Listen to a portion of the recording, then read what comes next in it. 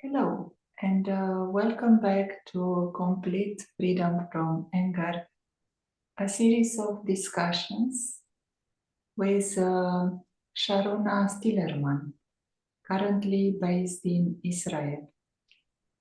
And in the previous discussion, there was a beautiful awareness of being in control of our mind, in control of our thoughts. And in particular, by using the energy of happiness, we can direct our power of thought towards the well-being of ourselves and the well-being of many others around us. And Sharona, you have underlined this light that we are all aiming to bring in the world. It feels as if we are in an age of darkness, and many souls now are aiming to bring back the light. And you mentioned we don't really have to sit in a certain position or do certain practices or rituals, but it is more a matter of remembrance, remembering who we truly are, and remembering that divine identity will bring that energies of peace and happiness. I would like you to start with commenting on the other energy of the soul, which is love. You have mentioned peace and you have detailed on happiness as well. And what is this love of the Supreme, or the love that the soul can access and tap into, which can heal the soul of anger and many other misbehaviors? Om Shanti, Johanna. Once again, very nice to be with everybody.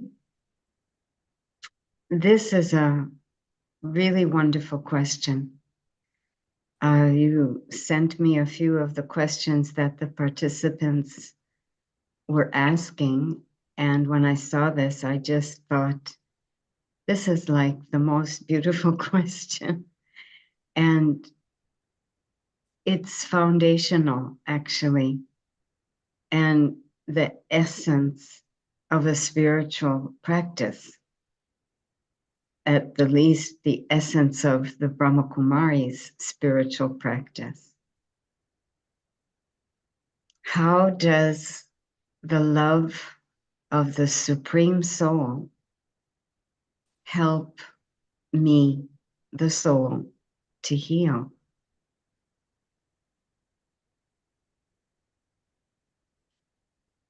If I reflect on it, it's amazing that I'm asked this question, because before I started my studies with the Brahma Kumaris, I'm sorry to say, I was behind almost all of you probably, in that I did not believe in God. And I wasn't even interested in learning about God. While at the same time, I was on a search for truth, and I was on a search for love, real love, because I'd come to suspect that the love that I had encountered up to that point couldn't be the real thing. I had good parents, good family upbringing, very fortunate in that way. But I still felt that the love of my family life, friends, it was still missing something. Probably because there was so much pain involved. If someone you loved stopped loving you or acted in an unloving way, this kind of pain, I could never make my peace with it. And I just couldn't believe that love was supposed to involve pain, actually. So it's an amazing question to come to. Because, of course, now I understand that there can be no healing of that pain in the heart, which people would hardly even understand, let alone know how to heal, without this miraculous experience, magical experience of the love coming from the Supreme Soul. And I think a way to begin to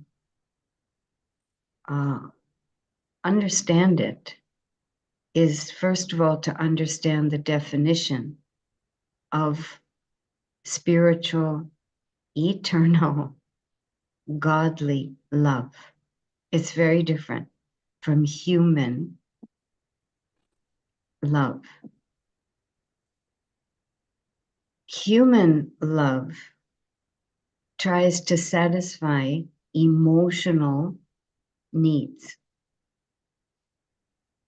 Spiritual, eternal, godly love just looks to fulfill, fill another with treasure.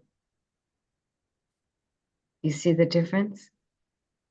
One is a need for my emotional desires to be satisfied versus to be the recipient of treasure, to be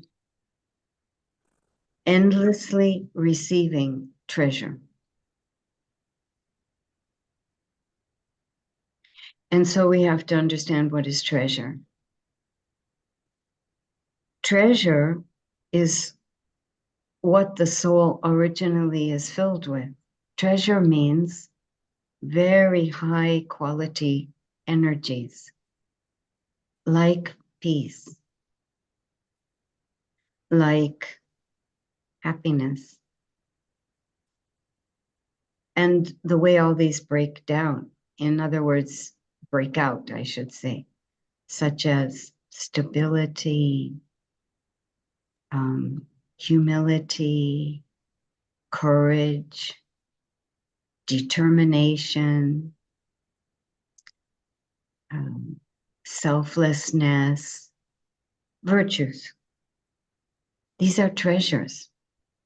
They're energies, and the soul originally is full of those energies.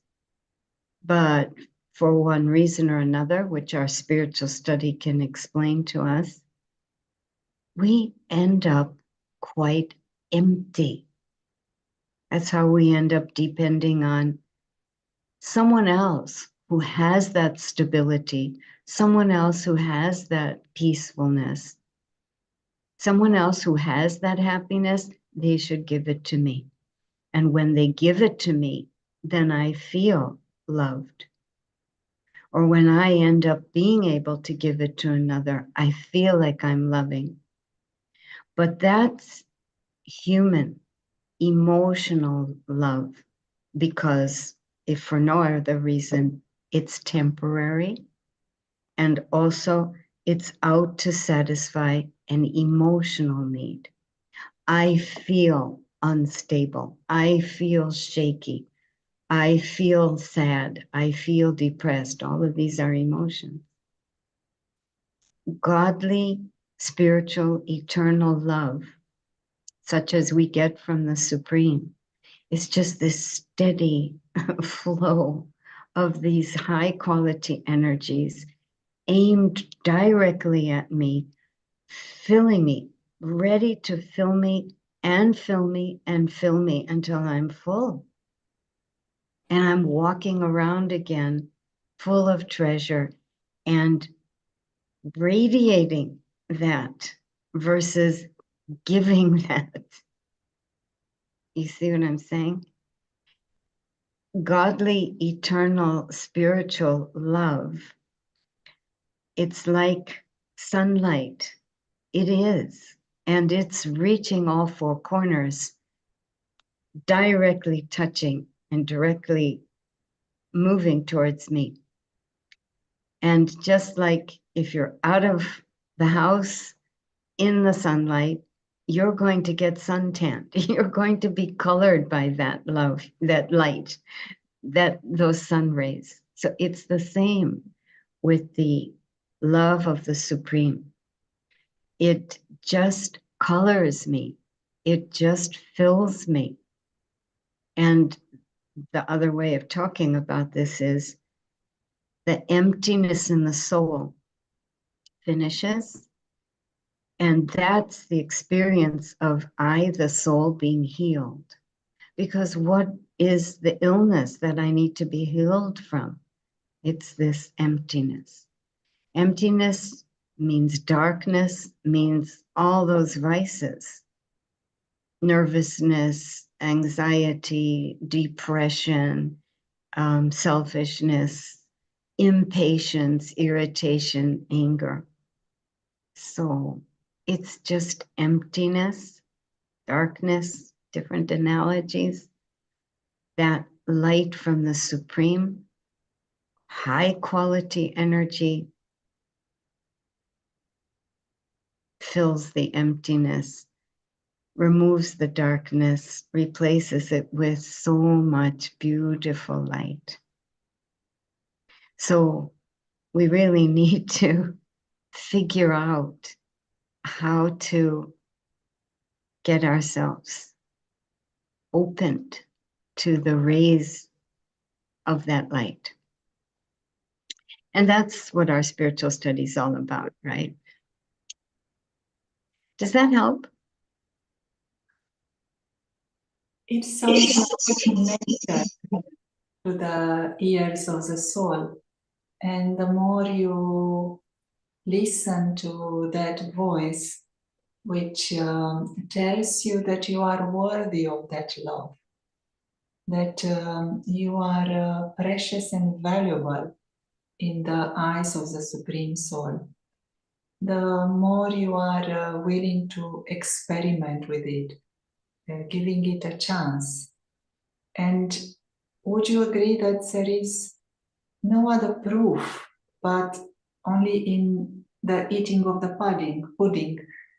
There is no other way to experience the love of the Supreme Soul but only to take it, to accept it, to allow yourself to be embraced in it.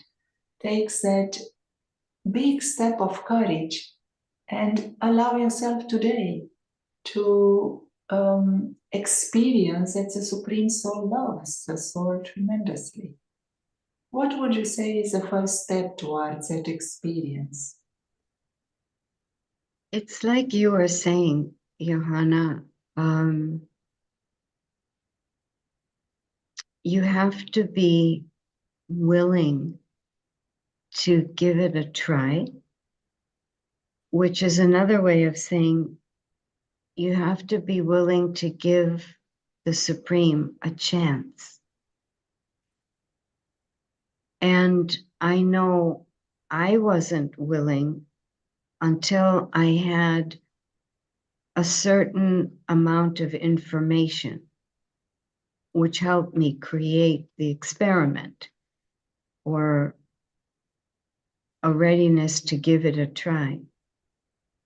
In other words, it helps to understand a new image of the Supreme and to understand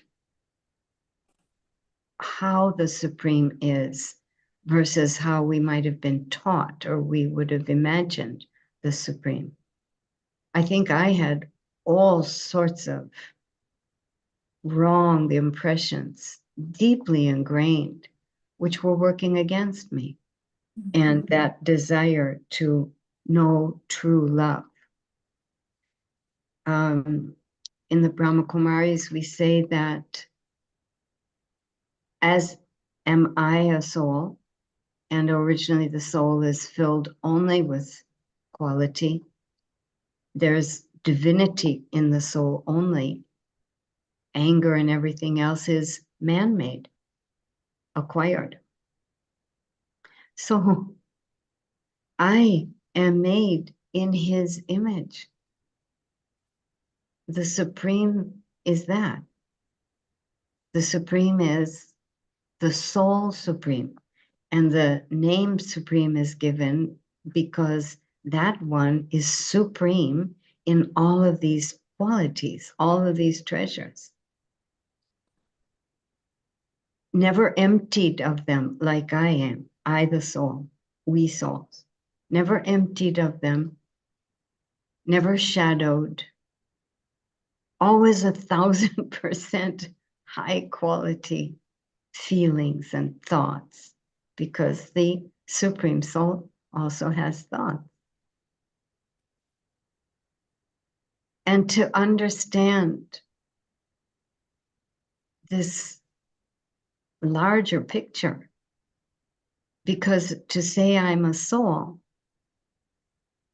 doesn't just mean I am not the body. To say I'm a soul gives me a whole new reality, and I am invited into the reality of eternity. Because, you know, as a body, I have one set of parents for what? 60 years, 40 years, 50 years, and then they're no longer with me. In the next lifetime, I'll have another set of parents. They'll also be with me 40 years, 50 years, something like that, 60, 70. But then also they will leave me. I will be alone. I will suffer all of that distress, the instability of body consciousness, a consciousness in which reality is just what I see with my physical senses. But a spiritual practice is inviting us into an eternal identity. And here is an eternal mother, the Supreme. As my mother, as my father, here is an eternal friend, an eternal guide. This is the beginning of peace. This is the beginning of stability. My close relationships, distant relationships through the body, they can come, they can go. I enjoy them, I take care of them, but I'm no longer dependent on them for love, for well-being, etc. Because I'm shifting into this eternal identity. As a soul, I'm a child of the Supreme. I'm a friend of the Supreme. It's so beautiful. And so, you know, to keep exploring the larger picture, the larger picture of it all, starting with myself, because that anchors the soul, giving that peace and so many other treasures that otherwise we've been waiting for humans to give us. And humans aren't going to be able to give it to us. They'll be able to give it to us only less and less reliably and more superficially, because they are in the same situation as me. Their goodness, their treasures are getting emptied like mine, shadowed, darkened, invaded by all these other low energies. So how great to have another source. Does that help? This aspect of a child and a parent, the loving mother and the protective father, it makes it very simple. There is a sense of being part of a family. Yeah. Even as we chit chat now, there is that experience of being close to the Supreme in a bond of love and regard, and that also help us to see the relationships between us. It's more like a relationship of brothers rather than any other relationship. And would you like maybe to explain some of the questions are related to disheartenment, and it is this love that could give you the energy to start again and to immediately forget. People are asking, I'm making another mistake and I cannot see the progress in removing anger. Sometimes I feel I haven't done any progress. And different people are referring again and again to this feeling of disheartenment. How do you see the solution to that? So that we are not deceived by little things and we can see that anger can be removed completely. Give me just 1 second, Johanna. 1 second.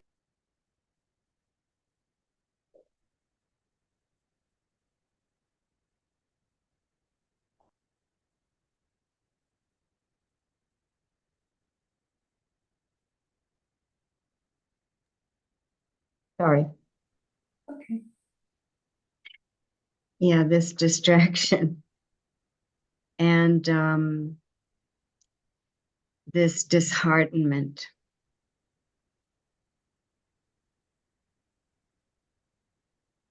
You know, I think what we have to do is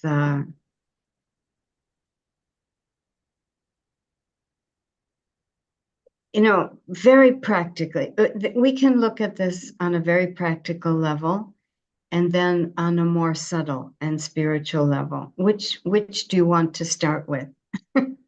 Practical. Practical.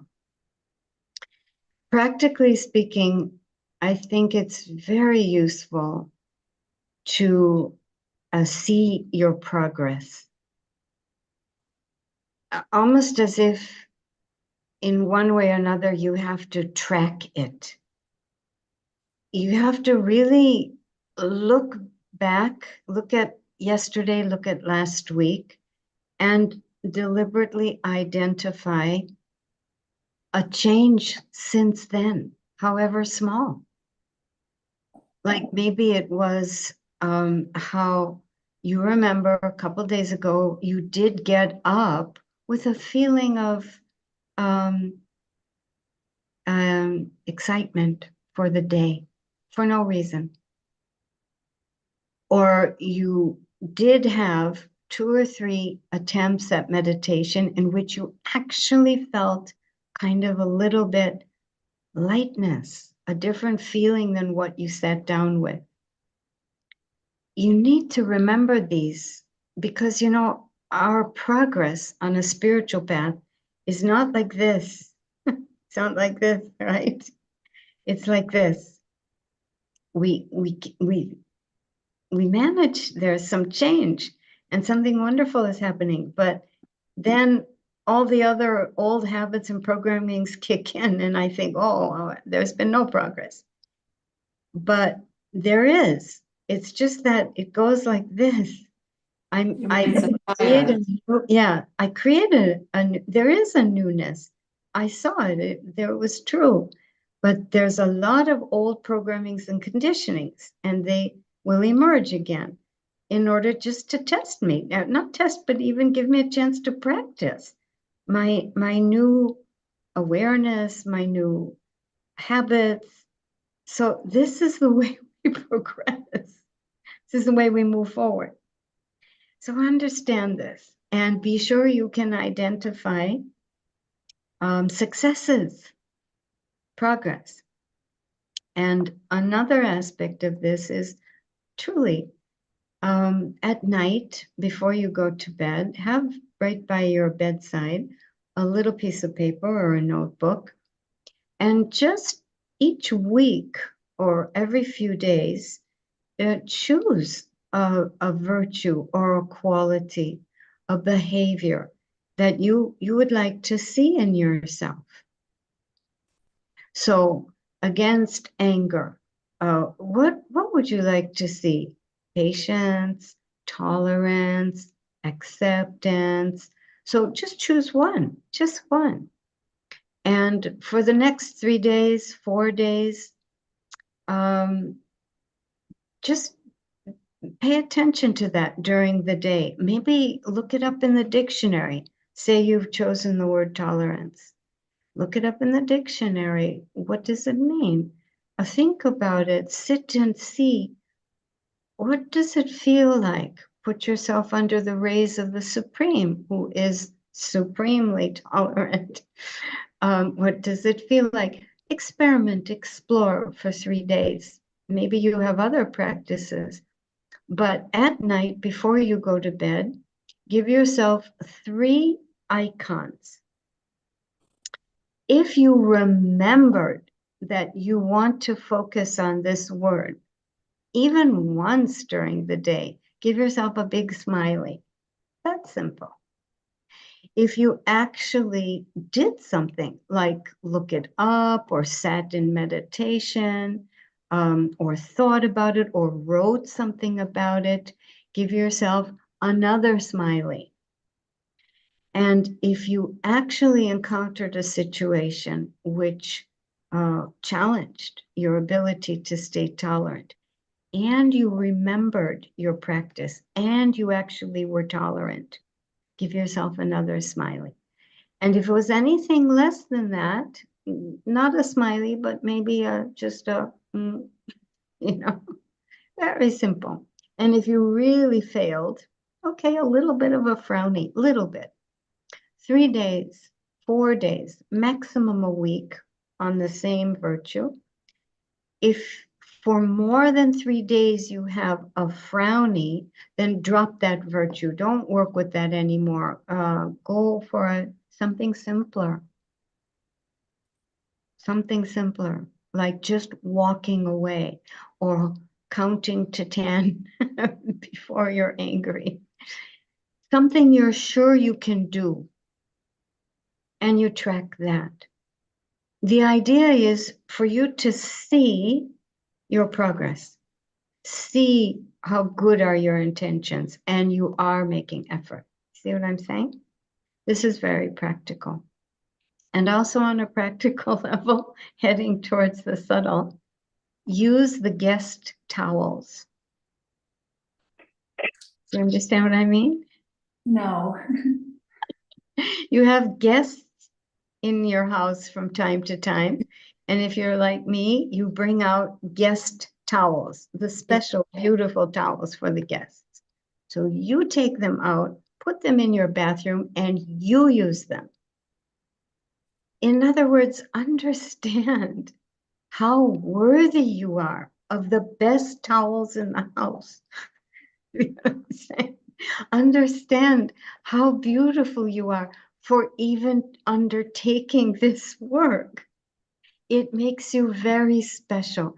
It makes you very powerful and wonderful in God's eyes. So help yourself see yourself like God sees you. And that's where we move into the subtle. To face this disheartenment, we really have to keep ourselves in front of the larger picture of myself, as you were saying before, and so was I. Yes, the anger can be there. Yes, the depression can be there. Yes, I can fail again and again. It's okay. It's okay. I've taken up a marvelous effort, a marvelous thing to pay attention to give my attention to. This is going to save my relationships, the atmosphere in my home, the atmosphere in my workplace.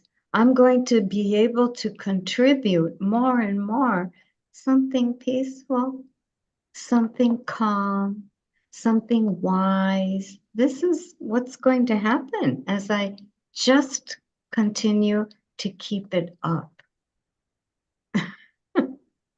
Persistent. is a virtue. Yeah, it's like what's happened is we have a